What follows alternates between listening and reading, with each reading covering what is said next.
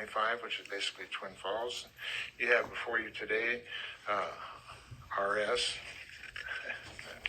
32171, and I affectionately refer to it as the Idaho Education Opportunity Program.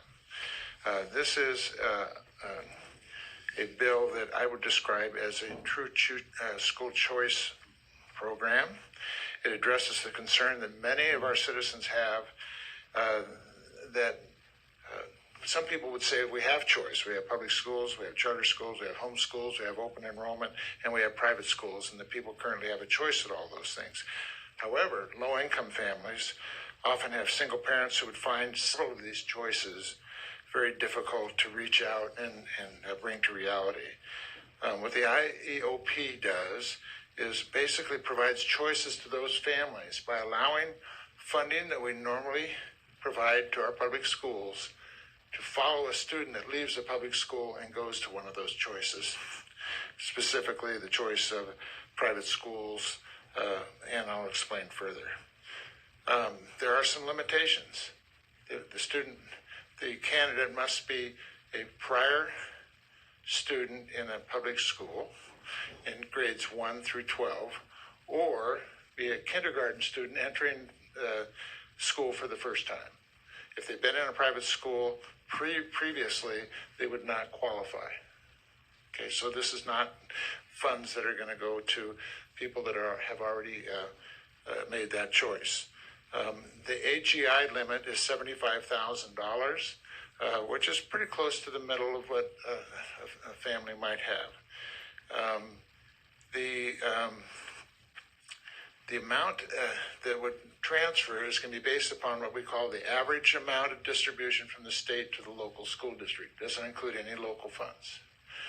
Currently, that average we've estimated from 2025 is $8,440, but 80% of that number would follow the student into an education opportunity account, and sometimes referred to as education savings type account. And it's very similar to the way the Empowering Parents Grants programs work now. 20% of the money, roughly $1,688, would stay with the school district where the student resides. So 80% follows the student to that account, 20% stays behind for the school district where they reside. One of the rationales for that is the public school must be able to retain a seat for the student if they decide to come back. So it's kind of a reservation amount of money because they are required to stay open. Special education students would qualify for 100% of the money. The full $8,400 would follow a special education student. And I want to emphasize, because I don't believe I said that, we're only talking about the state portion of funding. It doesn't include any federal funding or local funding. Some students, families, may not have access to a private school in their area, but they may want to create what is called a personalized student education plan.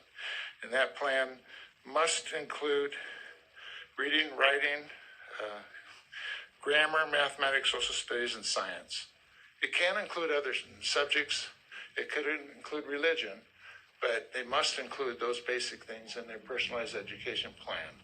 And they can qualify to have the monies go into that account and be used to buy curriculum, hire tutors, etc.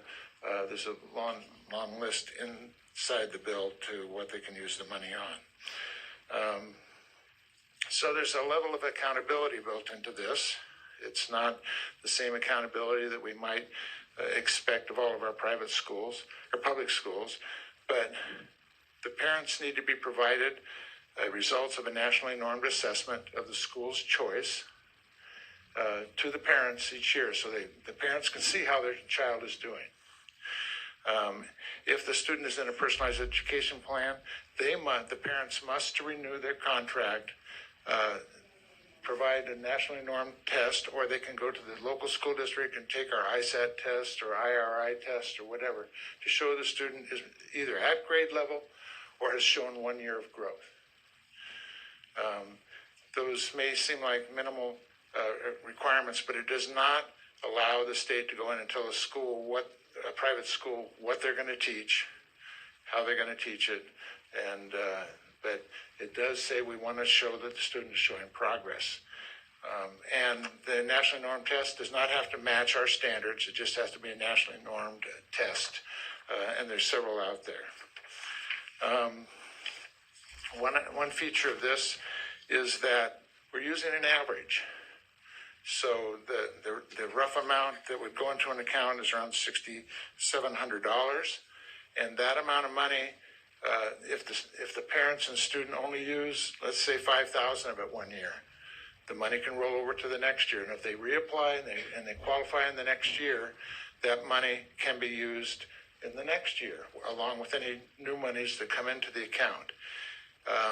As the child ages, goes through their grades, and they enter higher grades, some of those schools, private schools, have higher tuition requirements than elementary school.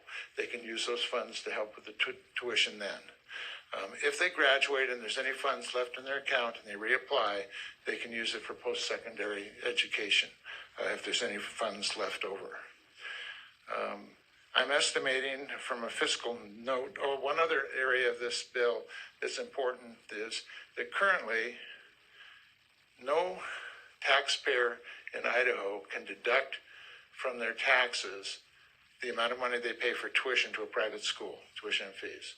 This bill would change that and say they can deduct from their taxable income the amount of taxes that tuition and fees that they paid from their taxable income, so they'll get a tax reduction. Now that doesn't include, they cannot deduct the monies that they might receive from this program, but every student, parent who is not using the public school system could then use that as a tax deduction. So my fiscal note. This has a couple of assumptions. One is that there's a natural limit on the amount of space available in private schools. And also it assumes that the kindergartners coming into the private schools, that only about half of them are going to qualify by AGI. So I've estimated that there'll be space for about 2,000 switchers, students switching from public school to private school, where the money could follow. There'll be about 600 qualified kindergarten students that would also qualify, and maybe as many as 500 personalized student education plans created. There will be operating costs. The State Department of Education will need probably 2 new staff members, and they estimated that it'll be under $200,000. And there are also costs to the third party that administers these types of accounts, similar to the Empowering Parents Grants Program, and it cannot exceed 3.5%. And so I estimated around $730,000 for that.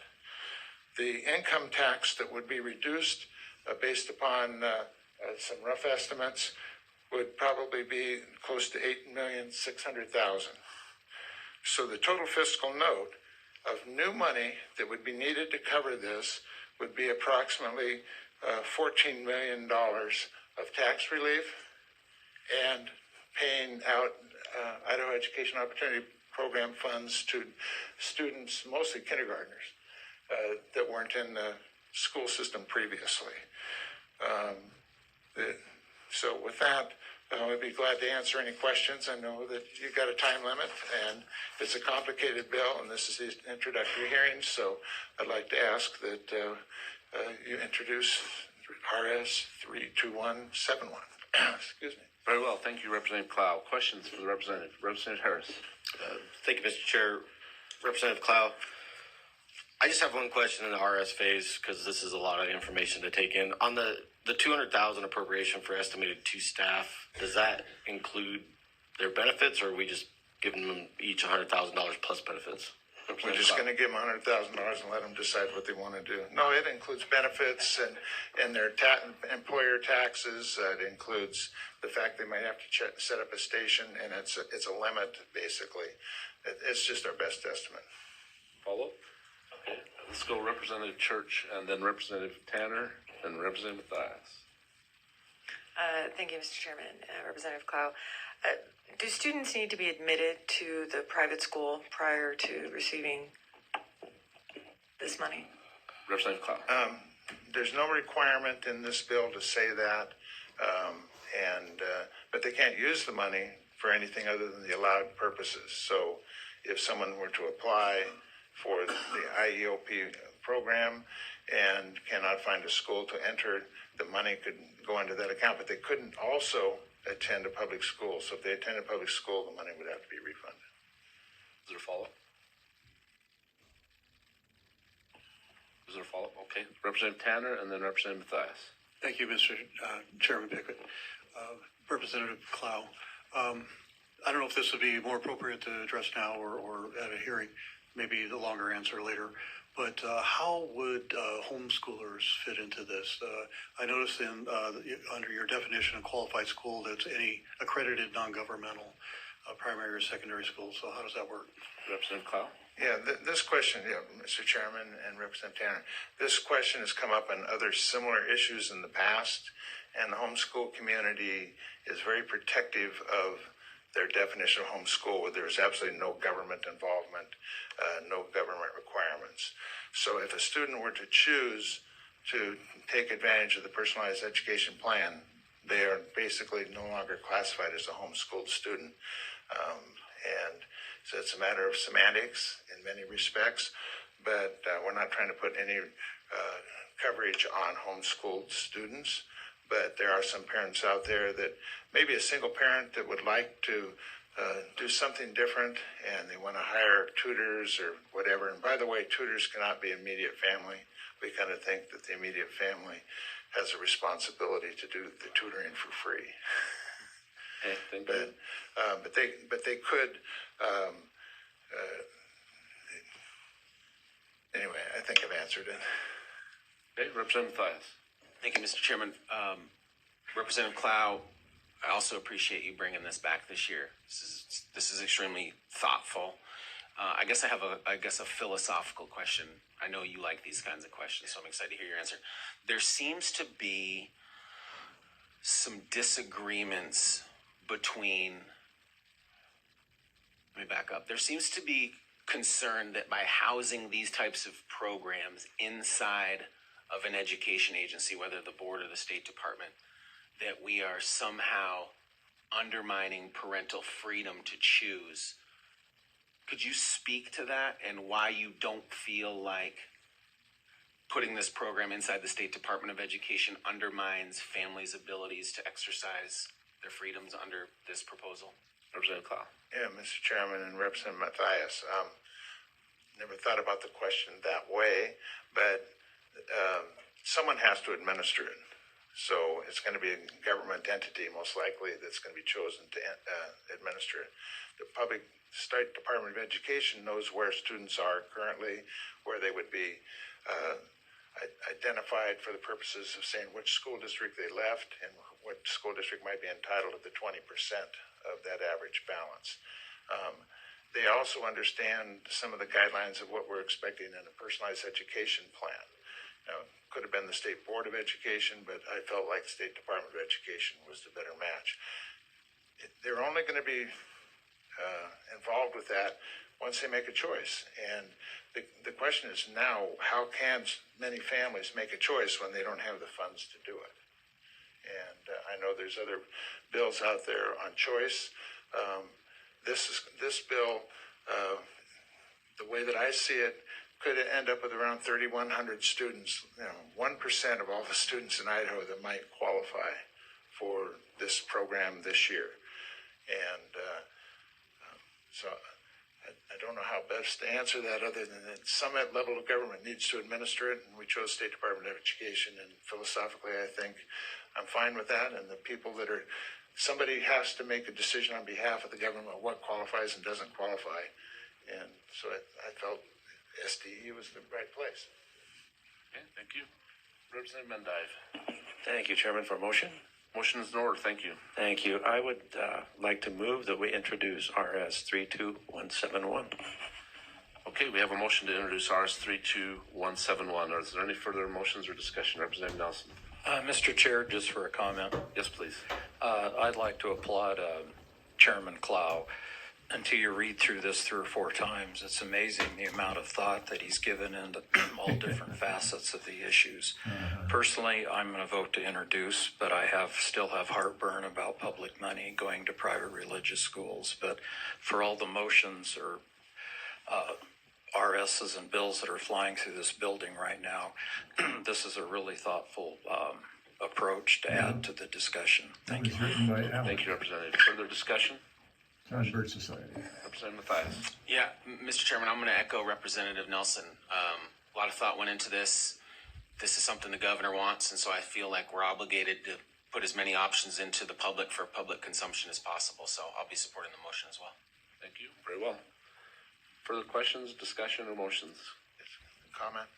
Representative. Yeah, I guess as part of the committee. I just want to make clarification. The governor's fully aware of this and it matches up with his idea to include choice, but he hasn't specifically endorsed this bill or any bills as far as I know. Okay, thank you. Okay, thank you, Representative Clow.